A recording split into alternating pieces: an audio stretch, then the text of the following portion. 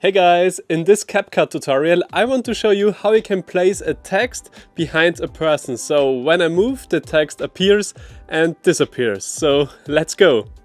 Hey again, so let's create this effect here in CapCut. I have already imported my clip I want to use, and the first thing is that I import it to my timeline.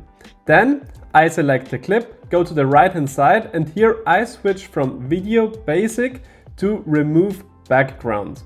And here we can turn on auto removal.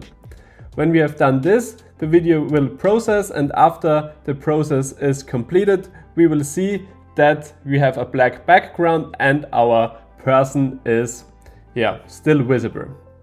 Now we have to duplicate our clip in our timeline. For this, just copy and paste it, and then make sure that this is, they are overlapping, so they are not like this. So you see, then we have two persons. So just make sure it is, in the same time. And then we have to make sure that we get the background back on our clip that is underneath. So we select it, then go to the right hand side, and then we turn off auto removal of our background.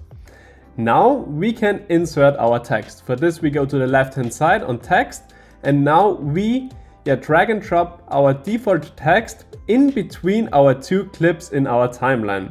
So, and when we have done this, you can already see that the text is behind the person here in the video, and now I can just change the text size and the color and everything else. If you want to place the text better, you can of course turn off the layer that is above the text. So when you turn off this, you see the text is then in front of the person. And now just play around until you finish your video, and then just export it.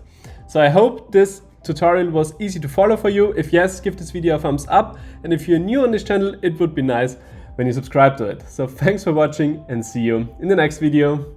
Bye!